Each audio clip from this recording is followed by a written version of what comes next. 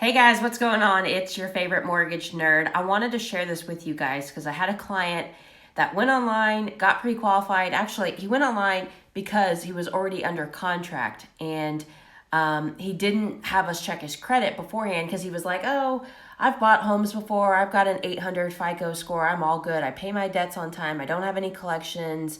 He's never had any problems.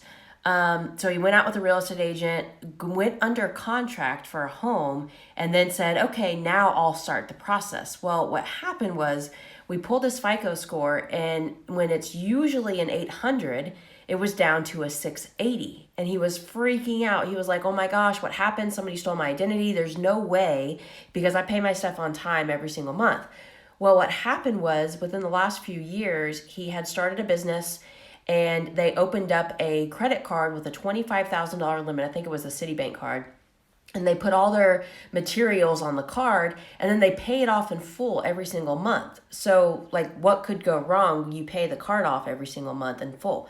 Well, what happened was he didn't find out when the credit card company reported the balance to the credit bureaus.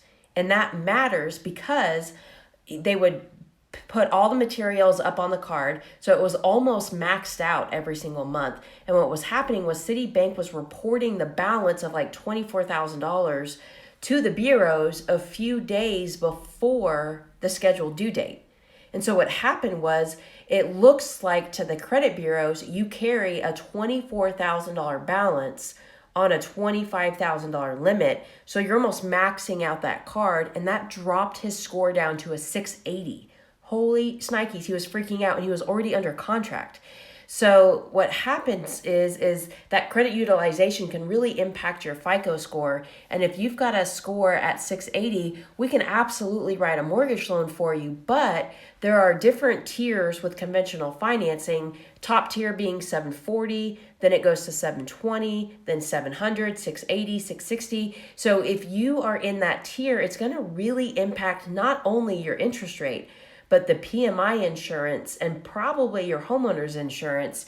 And so if you haven't checked out my video on my website about how your FICO score impacts more than just the interest rate, check it out. Go to www.themortgagenerd.com.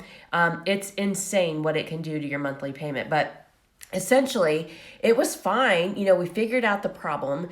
What we had to do, though, is we had to wait another 30 days because he had just made the credit card payment. The due date had just passed.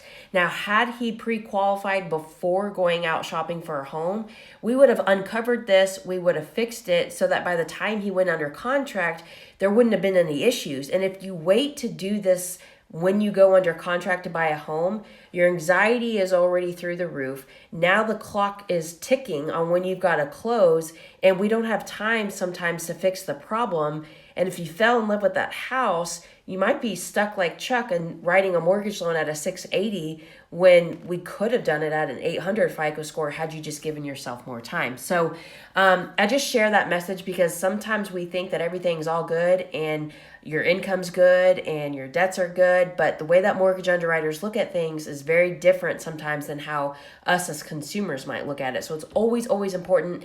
Talk to a lender before you go out shopping for a home. You've got to figure out what your home buying budget is.